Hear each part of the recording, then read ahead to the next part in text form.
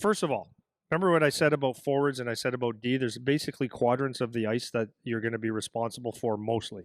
Okay. So centerman has a little bit more, but simplify this, right? Because we think of D zone, we think of this big area of ice, and a centerman is kind of responsible for it all.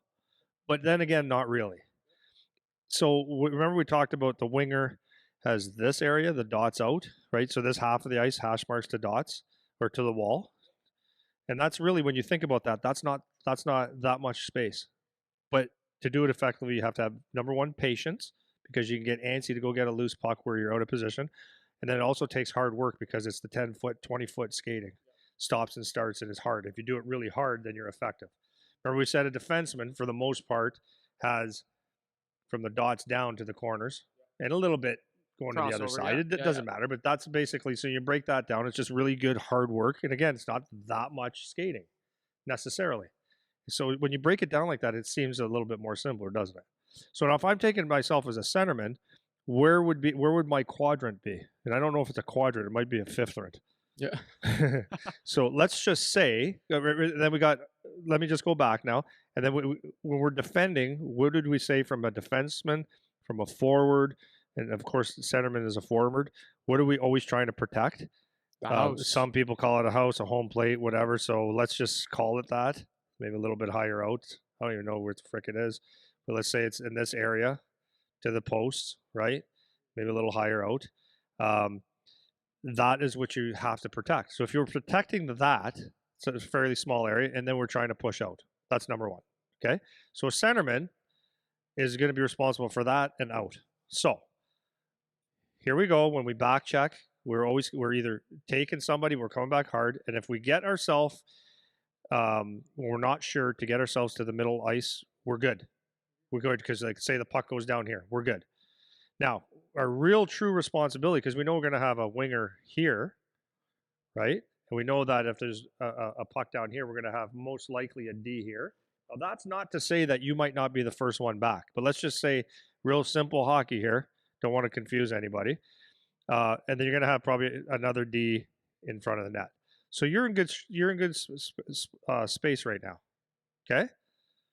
So this is our quadrant here, from basically the corners to the, I'm making a mess. Basically from the corner. So it's kind of like almost like a triangle. Not a perfect triangle, more like a parallelogram or isosceles. Yeah. Right? But this is isosceles. In around here, not to exact science, but in around, this is what you need to take care of. As I said earlier, you're like a third D. So if we can understand that this area here is hard work area, and you're going to get out here every now and then, but this is the responsibility. Now think about it. You got to, if the puck's on this side, let me clean it up. If the puck is on this side, this is the puck. We know that based on what we talked about before, we're going to have the winger here to cut off all this area. We're probably going to have a D here. So we can see we're already plugging that up. We don't have to run around necessarily. Okay. So that's, and real simple, if the puck goes to this side, you're hard on this side. This is what you're responsible for in a nutshell. So let's just say in a defensive structure, you got even this guy, maybe he's a little bit out of position, even the winger. Okay. Let's just say simply a defenseman is on a forward here and there's a puck battle. Okay.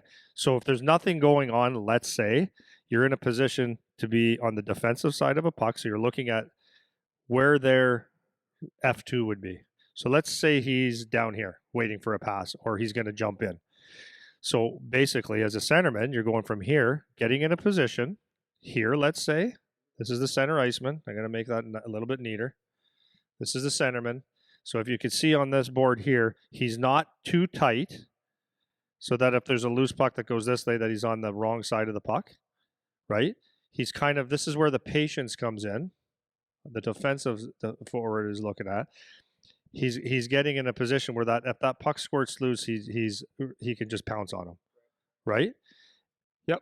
Okay. Let me just tighten this up a little bit. So you're if we were to say a quadrant or whatever, it's that triangle hat thing that you're talking about.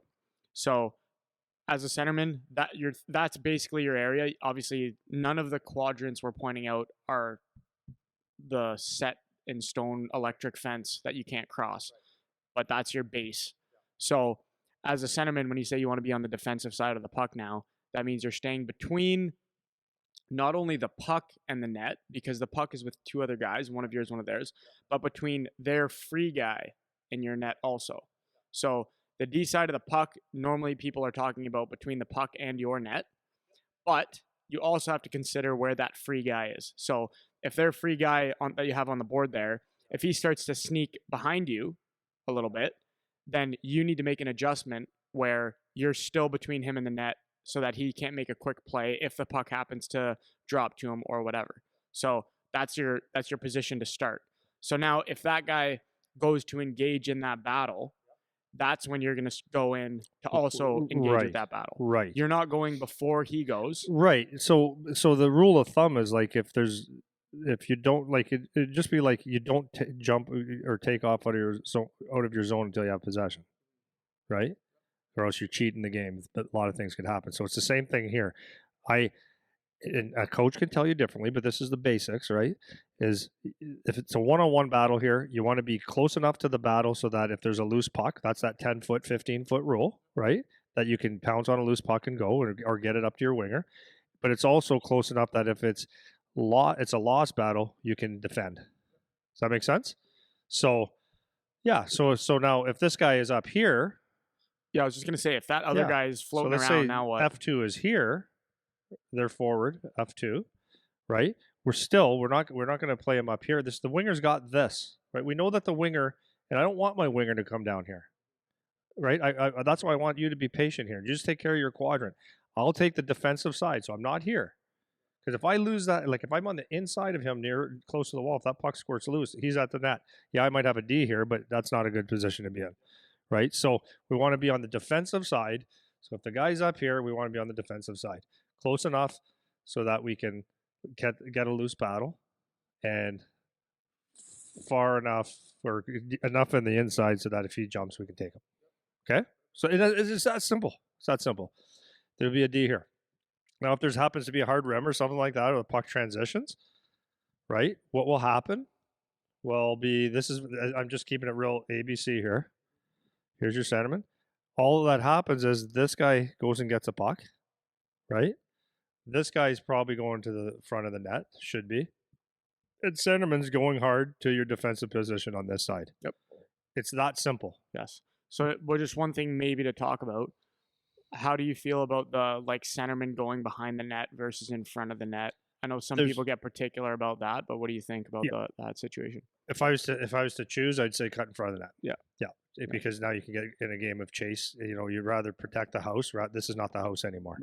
Right? Yeah, always go through the house instead of around it. Yeah.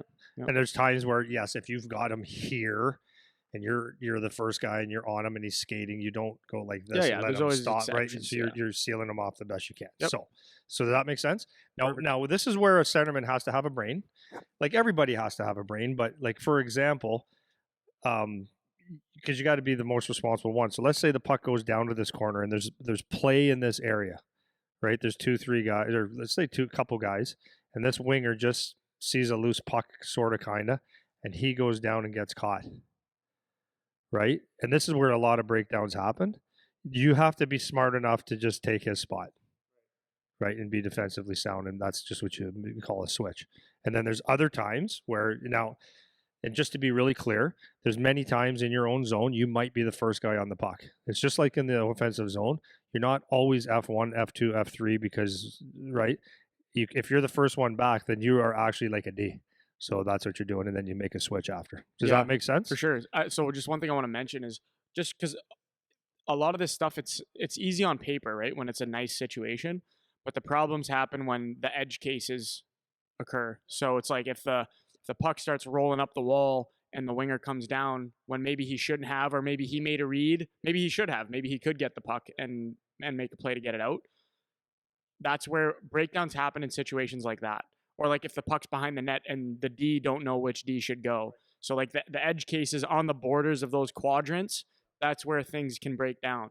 When it's easy, exactly where everyone needs to be, it's easy. So as the centerman, a lot of times because you have the freedom to go wherever you want and you can see everything, because in an ideal situation, you're more the supporting guy, not the primary guy that's battling, whether it's in the corner or whatever. Like you said, there's exceptions where you'll be first, but generally speaking, because you can see the ice, or you should be able to see the ice, you have to be the one that's taking control of whatever side of the ice you're on. So if the winger's in a wall battle and you're the next guy, you should be surveying the land to see like what's going on around.